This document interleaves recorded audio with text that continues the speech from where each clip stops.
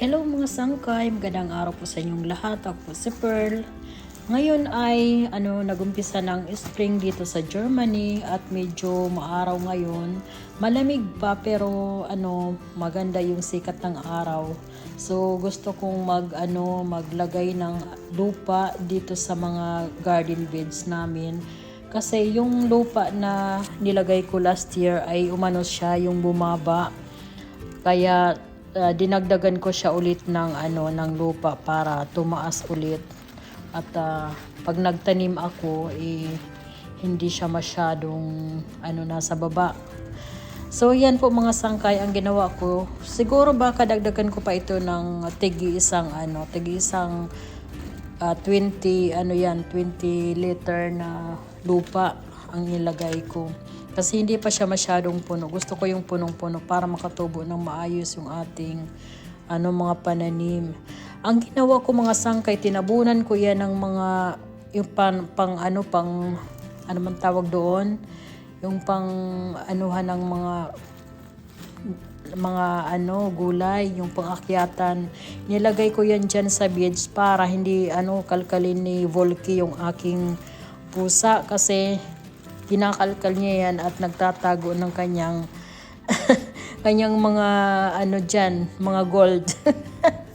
Kaya ayaw ko at tinatabunan ko. So ang ginawa ko, tinanggal ko lang at saka nilagay ko yung mga yung lupa sa iblababaw muna at ikinalat ko, saka ko siya bubungkalin kasi kailangan natin bago magtanim ng mga halaman or mga gulay, yung lupa kailangan yung malambot. So hinahalo ko lang siya yung tawag doon, binubungkal ko siya para maganda yung pagtubo ba. Yan, paulit-ulit. ang nahirapan ako mag voice over. Pero okay lang. So ganun lang po ang ginawa ko sa ngayon kasi medyo malamig pa kaya hindi pa ako makakapagtanim ng mga gulay at saka yung mga gulay ko, mga sangkay, nandito pa sa loob ng bahay at pinapalaki ko pa sila. Kasi dito sa Germany, yung sandali lang yung summer dito. Bali, 3 hanggang 4 na buwan lang ang summer. Kaya kailangan yung natin, yung mga buto or punla, yung pinapatubo na sa loob ng bahay para pagka mainit na, medyo malaki na at mabilis na sila tumubo. Kasi pagka yung ilagay natin kaagad sa lupa, hindi abutan sila ng winter, hindi na sila lalaki at mamamatay na sila. Kaya kailangan maging maging matalino ba pagdating dito sa panahon. Hindi kagaya sa atin sa Pilipinas na talaga yung whole year mainit, kaya kahit kailan pwede magtanim. Dito kasi namamatay yung mga yung mga gulay, sayang nga kasi minsan yung iba hindi pa nakakapamunga ng maayos tapos namamatay na sila, o kaya naman yung mga bunga nila pag naabutan ng winter nagiging brown at namamatay, kaya hindi na sila kumbaga nahihinog. So ganun lang po mga sangkay ang aking ginagawa. Yung asawa ko at tumulong sa akin kasi may mga damo din na tumutubo at kailangan din tanggalin. So ganyan lang muna yung ginagawa ko sa ngayon. Tapos pagka May, siguro ngayon ay March 26 27 pala, mainit pa. Pagka April, pagka middle ng April o kaya end ng April, pwede na siguro maglabas ng mga tanim or mga gulay. Pero depende din kasi sa panahon. Minsan kasi yung panahon, yung April, malamig pa rin. Pero yung May, yun doon mainit na. Kaya doon ako naglalabas ng mga gulay.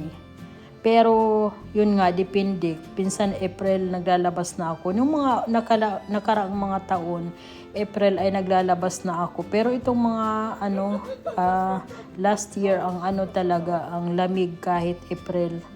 Kaya titingnan kung yung panahon kung Kasi pagka binigla natin itanim yung ating mga punla na pinatubo dito sa loob ng bahay, tapos ilabas, na ano sila, namamatay sila. Kaya sayang lang yung pagpatubo natin sa loob ng bahay. Kaya kailangan talaga tayo na sigurado tayo na mainit talaga para hindi masayang yung ating pinaghirapan tumubo.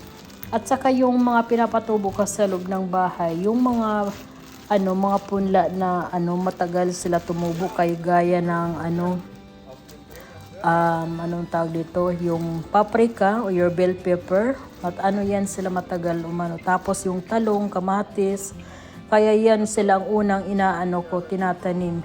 Pero yung mga naman, yung mga sitaw, mabilis yan sila tumubo. Kaya ang ginagawa ko, mas dinidiretso ko na lang sila sa lupa. Pwede din naman patubuin sa loob ng bahay, pero ma-April na, maganyan, pagka medyo mainit na. Kasi pagka maaga, yung iba, itinanim ko katapusan ng February, or begin ng March.